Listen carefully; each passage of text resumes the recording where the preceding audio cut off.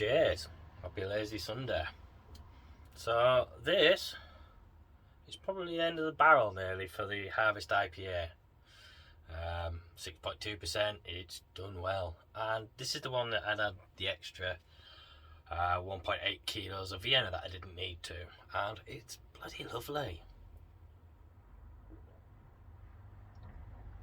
The Cascade starts, that's it, sort of like almost like a pale ale, clean pale ale with citrus bite initially, but then that Vienna rolls in and it just makes it feel and builds that Vienna, almost like a barley wine sort of flavour. That's the only way I can describe it. Gives it a big malty flavour and makes it feel really rich and thick. I mean, it's 6.2%, so it's got some body to it, and it just feels like a big bodied beer. Now, when I brew this again, I will have a go at the proper, what was supposed to be the Harvest Pale, and have a go at that without so much Vienna next time. And this, however, I really like the Vienna in it. Almost like I say, gives it almost like a fake barley wine flavour and taste. That real thick, rich maltiness. It's really nice. It goes down a bit too easy for a 6.2. So what have we done? Well, as you can see behind me, the balloon. There's my hand. The balloon's well inflated, so we have a brew on. I did the Cornish Tin Miners on Thursday. It was a last minute decision, very last minute. I wasn't going to brew. I dropped a young fella off at school and came back, and in between going there and coming back, I made a decision. If you hear a noise now, that's just the fan heater kicking in. It's a bit chilly today. Not surprised, we're in midwinter now. Oh, we're not actually in winter, are we? Yeah, 21st, 22nd, I think. Bloody feels like it. It's winter though for me. Anyway, yes, so I made that last second decision and quickly just got the water on, put the recipe together, and realised I'd fucked up again. Now, I didn't realise until it was too late to do anything about it. I had a 170 minute boil. 170 minute boil. Not 70 minutes as it's supposed to be, but 170. Now, what happened is, I was using the Grainfather app, so I wanted to do it quickly, get it on, and rather than use the Brewfather one, then transfer it to the Grainfather, which is the reason I never did the Brewfather, but I'm looking forward now, and I haven't really come to grips with Brewfather yet, so I was using the Grainfather app to do this. Bang the recipe in, and default for boil time is 60 minutes, so I went to delete that out. Now, when you do that in the Grainfather app, and it hates having an empty space, so it just puts a 1 in there. I was rushing, didn't notice, put the 70, delete the 60, put the 70 in, I ended up with a 170 minute boil. And I didn't realise until I was sparging. Now, it said I needed 19, I needed 19 litres of water, well, 18.7 to start with, which was fine. Put it in with the mash, yeah, it seemed about right, right consistency, so to speak. I then went to put the sparge and it said 19 litres. I thought, shit, that's a lot of sparge, but I was also trying to do other things at the same time and didn't. I thought, yeah, it seems a lot, but okay, well, it's the recipe's saying so I'll go with it for now. And then when I filled it, I realised I pretty much had impy level liquid in the Grainfather. I mean, it was nearly to the top, and I'm like, no, that really isn't right, so I'll have to have a look. So I looked at the recipe sheet. I'm thinking, well, the recipe's right. Did I put a stupid amount of grain in there or something? And then saw 170 minute boil. Yeah, that's going to be expensive. Bloody things. By then I'd already done the sparge water in, so I had to go with the 170 minute boil, or have a very weak watery beer, probably 2 kegs worth of it. Well, I thought, no, we'll go for the proper thing. So 170 minute boil, nearly 3 hours, 2 hours 50 minutes. So for the first 100 minutes, it just boiled before I even had to put the first hop addition in. other than that, everything went well. Hit all the numbers correctly. I really should spend more time trying to put. It was really just the split second like that. Just walking home and went, I'm going to brew. I need to get it done. I'll do it right now. Because as it stands, as I said, the Harvest IPA is coming to an end. The vacant Hey Little Citra feels pretty full still, so I'd say maybe 3/4 of a keg, which is good. Should still have some in time for Christmas. And now I will have something on the hand pull. And I might even try and squeeze another brew in before the end of the year. Just one more, just before Christmas. Probably another. I was saying that I'll have the SO4 on there, so I might do something using the SO4 yeast, the old English ale yeast, which is in that now. There's no dry hop or anything, so I can continue and use that again. Hopefully get a quick brew in there because of the amount of yeast that'll be there. We'll get a quick brew in. Yeah, that's pretty much the way things have been going brewing wise. Anything else? The football? Do you know, I've really not been watching it. Not really bothered anymore. I watched the last England game against Wales, and yeah, England won. Blah, yeah, it was all a bit. I just haven't been bothered at all. I haven't watched anything since, really. I know England are playing tonight. I probably won't watch it. I'll be looking to get up early in the morning to get to work. Long day. It's a Monday. We've had Thursday and Friday with strikes. Obviously stuff went on Friday. Sorry, Wednesday and Thursday with strikes. Friday, stuff will have gone alright, but this is probably one of the time of the year where I need to get stuff done, get a lot away, and I'll probably be working through to 4 or 5 in the evening. Actually, I need to get back to pick up the youngest for 4:15ish. So I won't be watching the England game tonight, no doubt. I'll probably have a nice early night. Being such an old fart these days. I know, it's terrible. Anything else happening?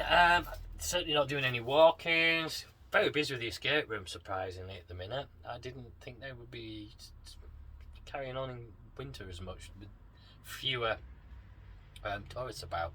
But we've had the Krampus run this weekend. That's brought more tourists in. But funny enough, quite a few locals have been doing it this time around. It seems to be like groups of girls. Well, I say groups of girls. We're talking women in their 30s and 40s. I'm in my 50s now, so they still call them girls, I guess. I don't know why. But yeah, women, 30s, 40s, groups doing birthday parties, hen weekends, all that sort of thing. They've enjoyed it, which is good. And I've enjoyed being the host for them. It's been interesting watching them do it. And had one get out yesterday. They did it in 57 minutes, I think it was. You get an hour, and they did it in 57 minutes. But they were rushing it. They did well. They were really good. But I haven't had many get out of late. It's been quite. It's quite a difficult one, to be honest. If you ever get the chance to come to Whitby, go to Sherlock's, have a go at an escape room. I fully recommend it. It is a good. The puzzles are brilliant. They're really good puzzles. Well worth trying. And if you do it on a Friday or Saturday, I'll be your host. So there you go. What I have been doing now, because the weather's turned crap again, it's like I'm not going out very much, is a bit of gaming again, getting back into the old Xbox. I mean, I don't get much time now, not with the little one always wanting to be on my Xbox on the big TV rather than be in the dining room on the old Xbox that I gave to him on the smaller TV in the dining room. He doesn't like that. He wants the big screen, big 4K screen, and the new Xbox Series X, what he wants. Bastard. But when I do get a chance, I do get to play it. I've been playing, it's called Medieval Dynasty. Oh mate, it's like a survival game. Medieval survival game, a bit like DayZ, but without zombies and stress.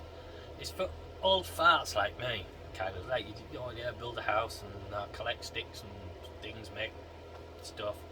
But then it switches up to you not only doing a survival game, but you're also doing one of these city sim things, because then you're building a village, and then you get villagers in, and then you have to keep them happy. You have to send them to do like certain, like collecting wood in production, build workshops for them, then you have a smithy, then mining, and you have to get enough food for them. Then winter comes, you have to make sure that all the homes are insulated. It's pretty good. I'm quite enjoying that. So that's on the Xbox, on Game Pass at the minute for free. If you have Game Pass, well, it's not free, is it?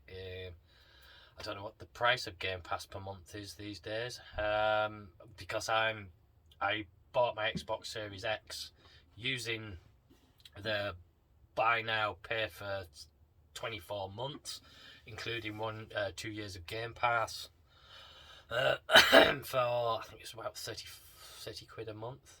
So that's what I'm on at the minute. And obviously once the Xbox has been paid off, which is next November, I'll just be getting the Game Pass itself. I think I will, because there's some good stuff coming to it. There's some good stuff on already. If you do have an Xbox or you're thinking about getting one, there's some good games there on the Game Pass now that you get to play. I mean, Call of Duty and all them are going to be coming shortly once Activision purchase has been finalised. Bethesda's latest one, is it Starfield, I think, is the space exploration one by the people that brought you Skyrim and Fallout. But their new one, the Starfield, which everyone's anticipating to be really good. That's going to come straight to Xbox, a Game Pass on day one.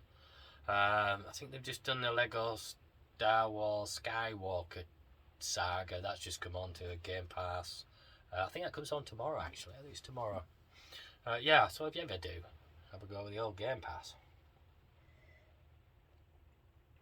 Anything else to talk about? I believe I watched a bit of the show of the Malt Miller and Craft Beer Channel brewing competition results, and I can't remember who won it, but I think he's from Aberdeenshire, a guy from George Tate, I think it was called George Tate, that was it, who won. So if you ever watch this, congratulations, well done, sir. I didn't enter the competition myself. I didn't brew one. It was all for an English style IPA using modern English hops, I guess. The way they wanted to look at it, they didn't want like an American style English IPA, so like hedgerow but bumped right up, or it to taste like an American IPA using English hops, but a well balance between the malts and the hops kind of thing. So and I believe the guy it is George Tate, I'm sure it's George Tate. If not, I do apologise if I've got it wrong, because I'm terrible with names, I'll be honest. I think he got his malts from the Orkneys. I think he used Orkneys malt, which is a thing I didn't know. Maybe worth having a look for, see what it's like, for those who fancy something different. I mean, this beer is beautiful. It is a nice colour as well, I really like that. I'd be intrigued to see what colour this comes out at. I'm expecting for a 170 minute boil it'll be quite sunburned, almost, and probably taste the cinder toffee. I've never tried the Cornish Tin Miners. I've never had Bramley Cross, and I do put that down to Aunt Rog. Sorry, Aunt, but your hatred of Bramley Cross put me off for so long. But I believe you actually quite enjoyed it now. You had some, well, maybe a year or two ago now, but you had it, and I thought, oh, okay, well, if he's changed his mind on it, then maybe I should have a go with it. So I have. It's been my first attempt with Bramley Cross, and we'll see what it is. Because I don't know anyone who's, well, I do now. I think Dickie said he did a go with it, the Cornish Tin Miners. It was really nice, but I not watched the video on it or got taste notes for it. Matt Evans, he said it's just hedgerow taste for Bramley Cross. I've never eaten many hedgerows, so I'm not really sure. I'm just guessing blackberries and bramble kind of flavours. So yeah, should be nice. So that was done Thursday. So by next weekend that should be on. I'm hoping, all being well and good. It seems to have inflated my balloon up nicely. I keep doing that. Inflated the balloon up nicely. So I'm guessing the CO2 is pumping. And you may notice I have a large bag of onions there, and oh, you probably can't see that, but yeah, a bag of carrots there as well. It's that time of year. I've overdone the purchases of carrots and onions in time for Christmas kind of thing, and then chuck them out here where it's cold. Keep them as fresh as possible because I haven't got the space in the fridge. But I also now putting the heater on, haven't I, which isn't helping matters in here. Anyway, that's 15 minutes of me rambling shite to you, so I'm going to probably finish this off, top up with something else, and then go and finish off the Sunday roast. So thanks for watching, cheers, and I'll catch you in the next one.